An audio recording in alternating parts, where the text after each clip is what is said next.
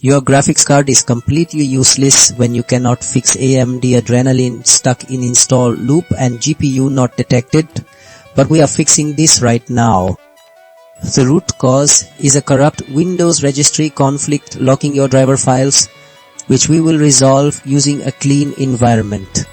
First, we must run display driver Uninstaller in safe mode to wipe every single trace of the old software.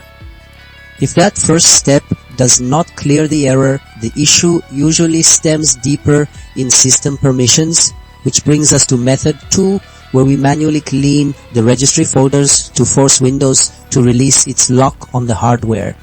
Now that the system is clean, we must prevent Windows Update from automatically overriding our work with generic drivers, which leads directly to our fourth step. By launching the official Adrenalin setup as an administrator and selecting the factory reset option, you force a clean handshake between your operating system and the graphics hardware.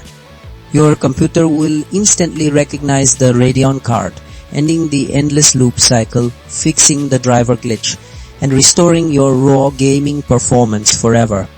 Let us get started now.